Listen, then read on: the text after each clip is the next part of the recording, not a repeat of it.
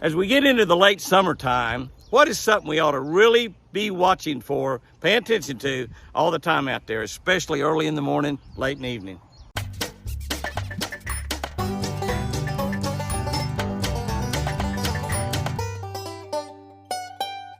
Good morning, guys and girls. August 2nd, reading from a Catch a Better Life book. This is our devotion for August 2nd. We're going to be looking at Micah. That's a book of the Bible that not too many people read very often.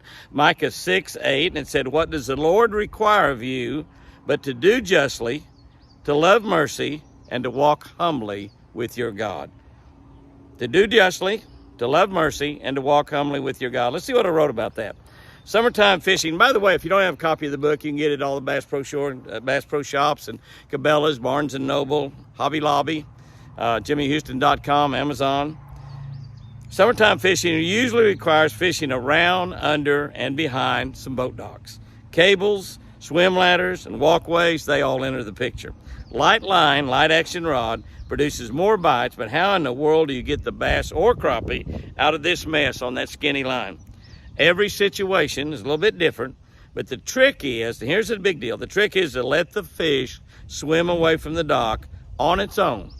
And here's the big deal, even before you set the hook, if possible. So if you flip a jig in there behind a boat dock or around a cable or something, try to let the fish swim away from that boat dock before you set the hook. Use the slightest amount of pressure you can when fighting the fish, and most will swim to open water. It's a pretty simple technique. Kind of difficult to do, especially if it's a big bass.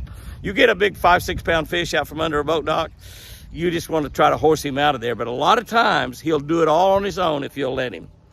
Pleasing God is not that complicated either. It doesn't take skillful words or huge offerings, as you can see from today's verse. Be honest in your relationships. Be merciful to all that you deal with, and stop patting yourself on the back too much. All right? That's it. Let's do our best to make God happy today.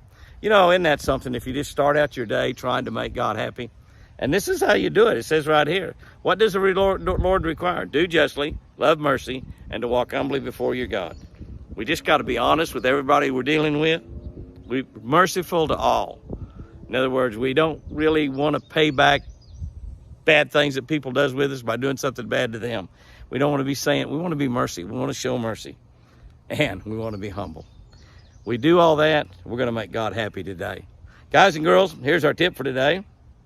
Always be alert for schooling fish late in the summertime. This is the time of the year when the shad are coming up to the top of the water. If you're out on any lakes, you'll see them out there just about everywhere. Everywhere you look, there's shad. The shad are spawning. We've got more and more shad. As the summer goes on, we'll have more and more shad. Those shad spawn about once every month, and so we just continually have shad. As we have those shad, as they work toward the surface, you'll have a lot more schooling bass. Now, it's not necessarily a whole bunch of them come up at once. Sometimes it's just one or two fish popping and there's a whole school there. So you got to just really pay attention to what's going on out there. Just be looking constantly, listening constantly. I don't hear nearly as good as I used to. So if you'll just be watching and looking constantly, and you see something happen, always throw at it. You know, one of my rules of thumb, as you know, is if I see something break the water, I make a cast over there. Even if it's a turtle. You know, if it's a turtle, turtles are probably got some underwater brush that they're living around. And if you see a turtle's head up above the water, and you'd go ahead and throw over in that area. So anything you see break, it could be a school of fish. Late summertime, it's great fishing. Early and late's the very best time to go. All of these 100-degree plus days we've been having in Oklahoma, we may end up setting a record, certainly in southern Oklahoma, for the most 100-degree days ever. But you know what? Fishing's still good. A lot of fish still shallow because of the thermocline. Go out there and whack them. Have you a great one. Guys and girls, I sure do.